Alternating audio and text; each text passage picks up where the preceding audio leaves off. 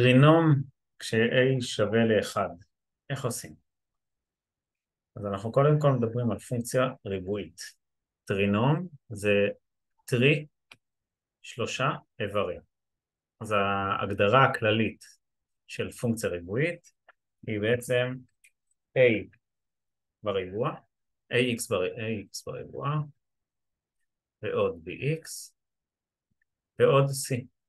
לדוגמה, x בריבוע, ועוד 7x, ועוד 10. זו דוגמה מספרית. ה-a הוא המקדם של x בריבוע, הוא מה שקודם ל-x בריבוע. במקרה ואין שום דבר לפני x בריבוע, ה-a שווה ל-1. ה-b במקרה הזה הוא המקדם של x. בדוגמה המספרית שלנו, ה-b הוא 7. C הוא האיבר החופשי, הוא המספר החופשי, ואנחנו נכתוב ש-C שווה ל-10. אז הפעולה הראשונה היא בעצם לכתוב מהו A, מהו B ומהו C. במה שאני מלמד עכשיו, אני מלמד רק כשהמקדם של X בריבוע הוא 1. זה אומר שאין מקדם, זה אומר 1 כפול X בריבוע. אנחנו לא נרשום את זה. איך מוצאים את הפירוק לגורמים של הדוגמה המספרית שיש לנו? מה שאנחנו עושים, אנחנו מחפשים כרגע שני מספרים שהמכפלה שלהם שווה ל-a כפול c. במקרה הזה, a כפול c זה 1 כפול 10.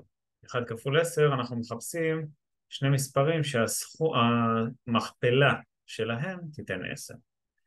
אותם שני מספרים, הסכום שלהם צריך לתת את b. במקרה שלנו, b שווה 7, אז אנחנו נחפש שני מספרים שהסכום שלהם 7.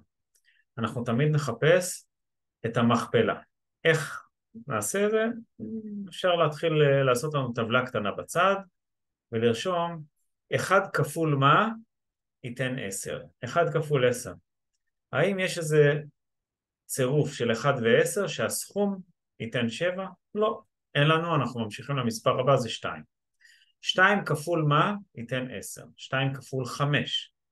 2 ו-5. האם 2 ו-5 בצורה מסוימת נותן 7? כן. אז שני המספרים שלנו הם 2 ו-5.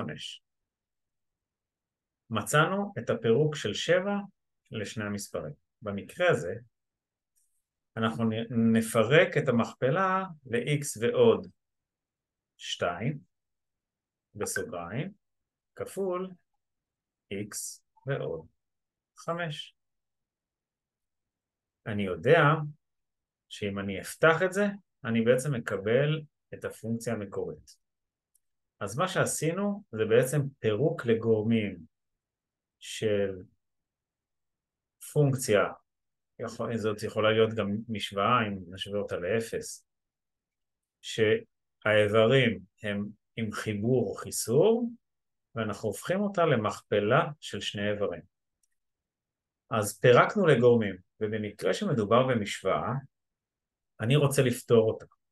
אז אני יודע שכרגע יש לי שני ביטויים, שני איברים, שהמכפלה של שני האיברים האלה, של שני הסוגריים, היא 0. מכפלה של שני איברים ששווים ל-0, אחד מהם חייב להיות שווה ל-0. אז או שהאיבר הראשון שווה ל-0, או שהאיבר השני שווה ל-0. אם האיבר הראשון שווה ל-0, זה אומר ש-x ועוד 2 שווה ל-0. נעביר את ה-2 אגף, ונקבל את הפתרון הראשון של x1 שווה למינוס 2. במקרה ש-x ועוד 5 שווה ל-0, זה בעצם האיבר השני, אנחנו נעביר את ה-5 אגף, ונקבל שהפתרון השני הוא כש-x שווה למינוס 5. מה שאומר שאם נציב מינוס 2 או מינוס 5 במקום ה-x'ים במשוואה המקורית, זה יפתור לנו את המשוואה והצד השמאלי יהיה שווה ל-0. מקווה שעזרתי.